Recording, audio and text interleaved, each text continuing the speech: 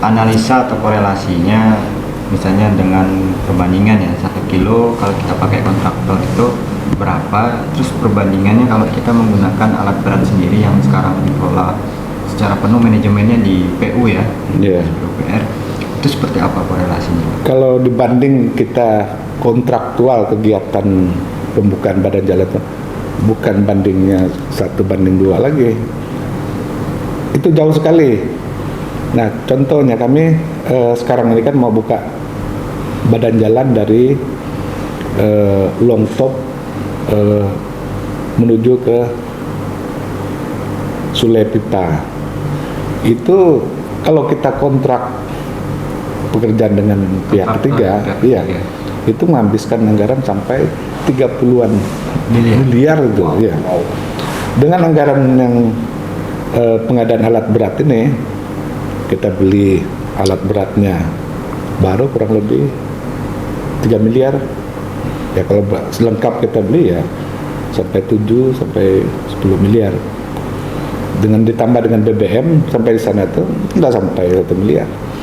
Berarti pengadaan alat berat ini untuk menjawab tantangan supaya bisa menikmati jalan yang sama gitu kan? Iya, kalau kita bilang untuk keadilan sosial, ya seadil-adilnya lah sudah itu.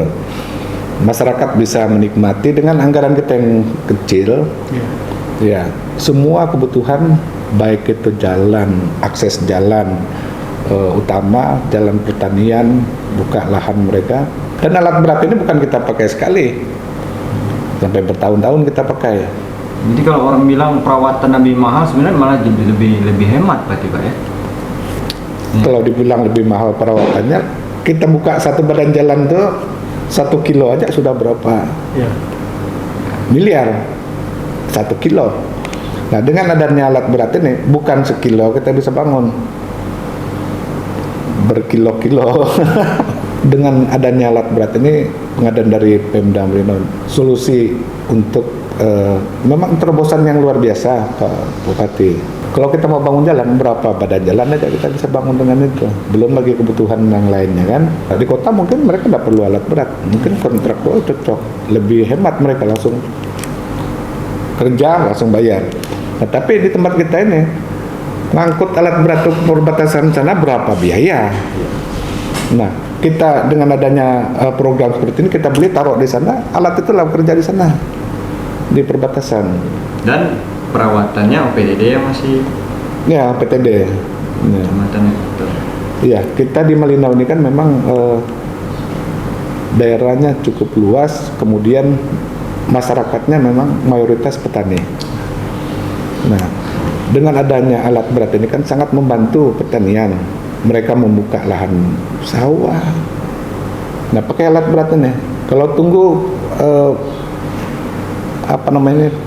proyek untuk mengadakan itu cetak sawah itu sudah nilainya berapa? Mungkin 10 ekskavator begitu. Iya kan? Nah, kita beli 1 ekskavator berapa hektar kita bisa buka lahan. Jalannya kita bisa buka.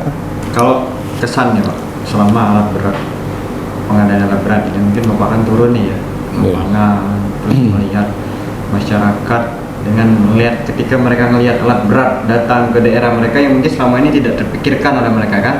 Kesan Bapak seperti apa? Atau ada kesan pesan khusus yang Bapak tangkap setelah masyarakat melihat alat berat itu, respon masyarakat? Selama kami lihat respon masyarakat menerima alat berat itu luar biasa. Sampai masyarakat itu sampai berdoa syukur mereka itu. Bikin pengucapan syukur. Nah, pengucapan syukur biasanya kan untuk ulang tahun atau ada hal-hal yang luar biasa. Nah, dengan ada alat berat ini, mereka anggap ini luar biasa. Sampai mereka bikin syukuran. Punya alat berat yang mereka bisa atur penggunaannya. Nah, itu yang bikin itu luar biasa. Kemudian ya kami juga di PU ini ya sangat bersyukur juga, berterima kasih dengan program ini. Selama ini kami ini kan kalau ketemu dengan masyarakat kan kapan dibangun jalan. Kalau dulu kan kita ini kan buat jalan itu kan harus pengadaan lelang dulu baru dikontrak dapat 1 kilo. Nah dengan adanya alat berat ini, jalan tani mereka tinggal mereka telepon aja atau bikin surat, Pak jalan kami rusak, langsung berapa hari sudah datang ke sana, grade kembali udah bisa mereka jalan kembali. Berarti birokrasi itu dipangkas juga ya, salah satu. Iya, dipangkas ya memang dengan adanya alat berat ini kan semua jadi cepat gitu nah. Jalan tani cepat perawatannya. Kalau dulu sampai lubang-lubang nggak bisa lewat. Dan tidak ada keluhan-keluhan seperti sebelumnya, Pak. Nggak ada keluhan seperti dulu. Ya sekarang ini ya tinggal mereka sampaikan aja. Iya. Jalan kami rusak Pak, jembatan putus. Iya. Yang penting informasinya cepat sampai sempat. Kalau untuk prosedur menyampaikan jika ada jalan rusak, jembatan putus itu kemana sih biasanya Pak? Ke kami sini. Ke PU. PU ya, PU nanti kami dispo ke Masyarakat PTD. biasa atau harus dari desa? Harus kelompok tani atau kepala desa. Berarti kelompok tani atau pihak desa Iya. menyampaikan surat secara resmi ke PU. Secara resmi. Kalau pribadi kami enggak. Kalau ada misalnya informasi ya kami sarankan untuk buat surat. Berarti bukan di media sosial berarti juga harus ke PU juga secara Harus. resmi. Iya bikin surat. Berarti bukan buat status di wajib Ya, ya. tanam pisang apa itu. Jalan ini kan Pak, tidak semuanya jalan yang memang menjadi tanggung jawab kabupaten ya. Ada yang jadinya tanggung jawab nasional, ada yang jadi tanggung jawab provinsi. Nah, apakah alat berat pemerintah daerah ini bisa juga digunakan untuk merawat jalan-jalan yang memang bukan tanggung jawab kabupaten? Karena memang masyarakat sendiri kan tidak tahu Pak. Ya memang untuk jalan, status jalan ini kan ada jalan kabupaten, provinsi, APBN. Memang masyarakat selama ini kan kalau ada jalan rusak tuh nggak tahu dia status apa, kirim surat ke kami tuh. Ya, kalau untuk jalan seperti jalan tanah gitu kan, itu selama ini ya kita tangani. Karena itu Walaupun bukan tanggung jawab. bukan tanggung jawab kita, kan masyarakat kita yang pakai. Iya. Ya, tapi kalau untuk peningkatan jalannya, ya memang kita belum ada anggaran untuk itu. iya. Tapi kalau untuk perawatan, nimbun, kita bantu. Nah, kemudian seperti dia misalnya di jalan yang di Apokayan sana kan rata-rata jalan nasional tuh.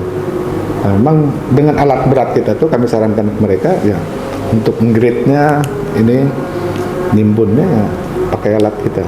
Tetap larinya ke sini berarti Pak ya. Iya, tetap ke mana mereka tahu itu jalan apa enggak tahu. Pokoknya itu jalan PU lah itu. Alat berat sendiri yang di daerah perkotaan di Kabupaten Malinau ini apakah memang akan diadakan atau memang mereka tidak butuh alat berat Pak? Ya, untuk di perkotaan Malinau Kota, Malinau Utara, Malinau Barat sama Mentarang ini memang alat beratnya kita fokuskan di OPTD karena dekat aja mobilisasinya. Nah, untuk di Malinau Kota sendiri ya memang jalan tani itu enggak terlalu panjang. Ya lebih kurang 1 kilo aja jalan tani mereka yang kita rawat selama Januari sampai bulan September tadi, baru 1 kilo. Nah, mereka sendiri untuk di kota ini memang banyak permintaannya untuk pemeliharaan kanal, kemudian drainase kota itu. Nah, di APBD perubahan ini kita adakan alat ekskavator mini. Ada 2 unit, itu nanti khusus untuk membantu di kota sini untuk drainase yang tersumbat itu. Nah, itu mungkin keperluannya untuk di kota di Malinau. Melalui Pak Bupati memang itu diprogramkan. Nah, khusus beliau minta untuk alat kecil tuh karena lihat persoalan kita di kota ini kan masalah banjir. Ya, itu intinya karena drainase itu tersumbat.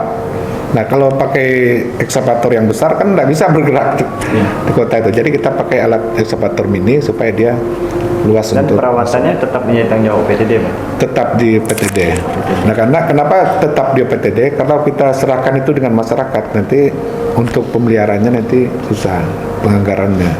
Di mekanik apa semua tetap dari PTD. Nah, nanti tinggal mereka ya alat itu di sini mereka mau pakai untuk apa? Tinggal kirim surat operator kita. 2 unit Langsung bisa. berarti, ya? 2 unit. Ke depan ada lagi atau memang 2 unit itu? Untuk sementara ini kita buat 2 unit itu untuk di kota, karena itu untuk kota aja. Kalau di daerah perbatasan nggak cocok, itu kecil betul. Itu memang untuk drainase. Dan kira-kira alat itu bisa dilihat atau dirasakan digunakan oleh masyarakat Lino Kota ini kira-kira bulan berapa? Desember ini nanti. Desember. Ya memang pengadaan kami kontrak itu tanggal 2 harus sudah ada. Oh, berarti Berapa hari lagi? Dalam waktu dekat. Dalam waktu dekat. Ya.